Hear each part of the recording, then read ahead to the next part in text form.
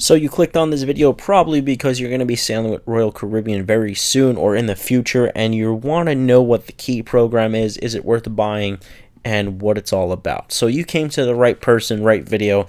What is up, everybody? Welcome back to the channel. If you're new here, hit that subscribe button. We're trying to reach 100k subscribers, and everybody that does subscribe, thank you very much. We love you all. So today's video, the benefits of the key program. Is it worth it? What it's all about. In my experience, was it worth it? So I'm going to go into all the details, and again, I'm just going to let you know this. I am not paid by them, aka Royal Caribbean. I'm not paid by them. I'm not sponsored by them. They have nothing to do with what I'm saying right now. This is from what I experienced, what my girlfriend experienced, and we're going to get into it right now. So let's go ahead and do this. So you purchase the key program. What do you get with it? So first off, on the day you board the cruise, you will get priority access to the ship. So this means no matter what time you get on your phone app that says you can board the ship, aka 2 o'clock, 1 o'clock, 12 p.m., whatever that time is, you're going to be able to board at 11:30 a.m. or any time after. So you can go from 11:30 a.m. until obviously the all aboard is called.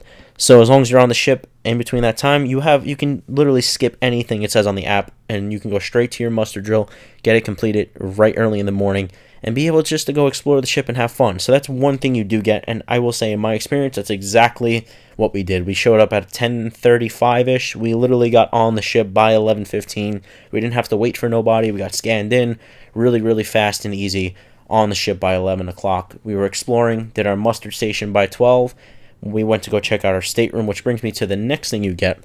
You're going to be able to get carry-on bag drop-off with delivery to your stateroom.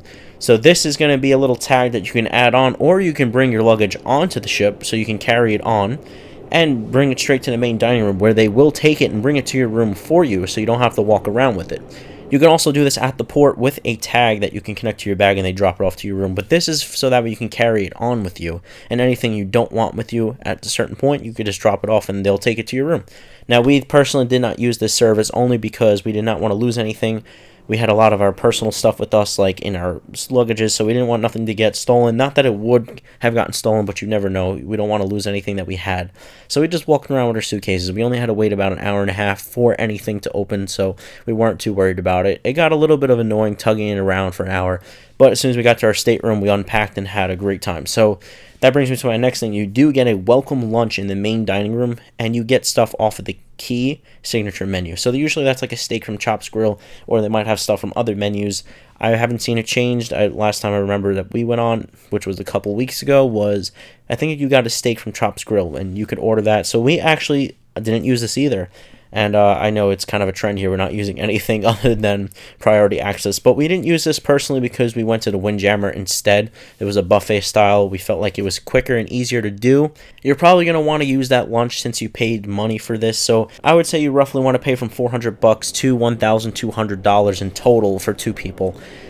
I would say at the $1,200 mark, it's kind of not really worth it anymore. But if it's for a family of 4, family of 5, even a family of 3 for that price range, it's really good. We wound up paying about $255 to $260, I believe it was. I have the exact price on the screen for you, but it was roughly around there, and it wasn't too bad for us. So you do get that welcome lunch, and it is very nice. We have a couple clips here for you. The next thing you're going to get is the access to the fast lane at onboard activities. So for us, we got the Zipline, the Flow Rider, and access to all the shows, which is obviously is going to be a separate thing. But so you got private time at the Flow Rider, which means you basically get a 9:30 to 10:30. It's about roughly an hour. They do it like twice, and you're able to have fun on the Flow Rider literally all by yourself and just have a great time, and anybody else that has the key will get their own time. It's not open to everybody else for them to hop on with you. You kind of don't have to wait in lines, you just hop on. The zip line was very nice as well because you're able just to hop on the line, and they literally just look at your C-Pass. Okay, you have a key, they put you in a harness, and you're off on the zip line. So you get designated time for that as well, which was really good. So that's just an included thing they give you with that, and it's pretty much meant more for the younger audience. Adults are certainly welcome, and they can have a lot of fun too. Our next thing is you get priority departure at tender ports of call from ship to shore. Now again, this is something that we ended up not using because first of all, the lines were very short when we got off the ship, and we were on Symphony of the Seas, which is a larger ship out of New York City. But it really wasn't that bad to get off, and I don't think we understood. This is our first time using the key, by the way. So I don't think we understood how to actually use the departure section for us. There was no signs or anything that I saw. So we just ended up waiting on the line, which was only like about 5-10 minutes, like from literally because we were waiting for the doors to open, not necessarily because we were waiting to get off the ship. But we did get priority back on. So we just literally had a separate line that we could just scan our C-Pass, go through the metal detectors, and it was designated for them. If there was nobody waiting, they sent a couple people through. But it was really, really good. It was super fast, easy to go through. It's from ship to shore. And the ship will wait for you if anything happens. If you're running a little late, they will wait for you as a courtesy with the key. But don't forget, if you're there for way too long than you should be, they're not going to wait for you. They got a schedule to follow, and they just can't wait for you. And the next thing we're going to get into is the main theater, the Aqua Theater, Studio B N270. This is for Symphony of the Seas that we went on. We had all of these places to go to. So the main theater, you had Hairspray. The Aqua Theater, you had Hyro, I think it was called, or the water show. Studio B, I believe, had ice skating, and 270 was some sort of like comedy they had going on. So you get reserved seating now. We did not know this before sailing because, like we said, this is our first time using the key. We usually just like to sail without doing anything else. We didn't know we had to actually reserve the stuff like any of the shows beforehand, which would have been common sense, but we didn't realize that, thinking that if we paid all this extra money, we'd just be guaranteed a seat. So if you guys didn't know that, you're not guaranteed a seat unless you reserve. So if you reserve, you get designated seats in the show, which will give you a really good view of the stage and all that. But if you don't have a reservation, you will not be able to enter the show unless you're in standby, which usually if you don't show up to your reservation within 15 minutes before the show starts, that's when they give up your seats.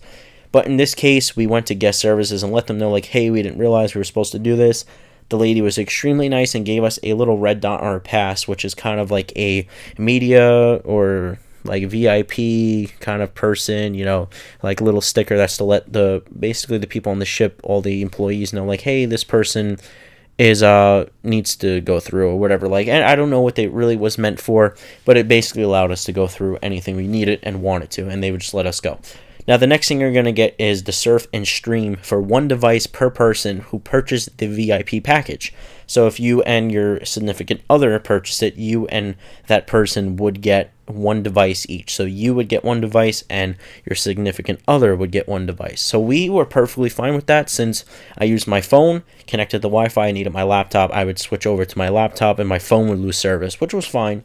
We only used our laptops for about 30 minutes, if that. So it was really very, very well planned out. And my girlfriend was able to use her stuff because you get one device per person. So the next thing you're going to get on the day that you will disembark from the ship, you will get an exclusive a la carte breakfast. I don't know if I'm saying that right. I'm not very good at pronouncing things, but you will get this breakfast and a choice of departure time. So you get to pick what time you would like to leave the ship. So I picked the latest, which was 9:30.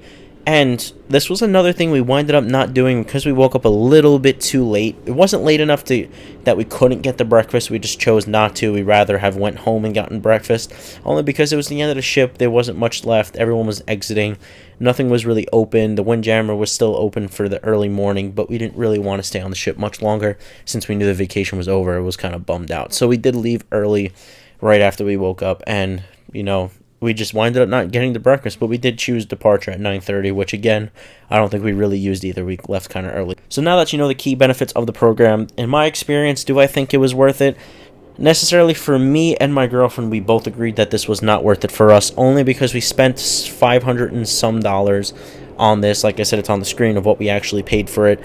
And we felt like we didn't get everything we could have out of it, even though they did take care of us and gave us that little red sticker, which they actually fell off 2 days later in the hot tubs, or the whirlpools, whatever you guys like calling it. So unfortunately, we lost those stickers right away, which we could have gotten another one, but we just ended up not wanting to bother. So for me, is it worth it? If you guys definitely need somewhere to drop your stuff off and you want it to have priority entrance to the ship, and you want to have some lunch and some breakfast before you leave and have reserved better viewing of the stage when you sit, and if you don't want to purchase the Wi-Fi package, you can get it basically included. So in my opinion, do I think it's worth it? For two people, for a 7-day sailing, I don't think it's necessarily worth it. Now, if you are a person that loves the flow rider and loves to do the Zipline, maybe you might want to do it for the extra $100 just to say, hey, listen, I paid $500, whatever. I get a dinner out of it. So you do get something out of it. But for me to pay for it, realistically, I don't think we would do it again. only because I felt like we were just kind of rushed into doing it. So you only had an hour to do it, and we wanted to go to a show at that time. We couldn't do what we wanted to do. So it was just very weird for us to say that we would, endorse this and saying like this was great. So in all, it was a pleasure to be able to use this key pass. It was honestly very well. It was well built, well structured. Everything about it was great, except that we didn't use all the features of it, and we fell short with obviously not knowing we had to make reservations for these shows, which was probably obviously written in the little fine print somewhere.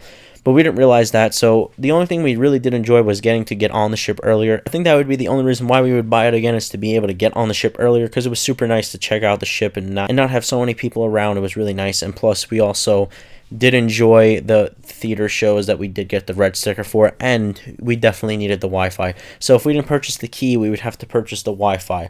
So in that case, if you're going to buy 2 devices, so it'd be 1 device per person, it still cost you almost about the same price as the VIP package is going to cost you. So why not get the extra stuff for the money? So in my opinion, for me, it wasn't worth it. You guys let me know down below what you guys think of the key program. For me, like I said, I don't know if it was really that worth it for me and her. But if I feel like if I had 2 kids, let's just say, I feel like maybe it would be worth it. So it's all up to you guys. That's my opinion about it. Hope you guys enjoyed. Hit that subscribe button if you want to see some more content like this. We have a bunch of other stuff coming out eventually down the line. We're going to be going on another Royal Caribbean cruise very soon, in a couple months. But we have other stuff planned. We have Woody's Life Monday. So if you guys enjoyed, hit that like button, and I'll see you in the next one. Peace out, guys.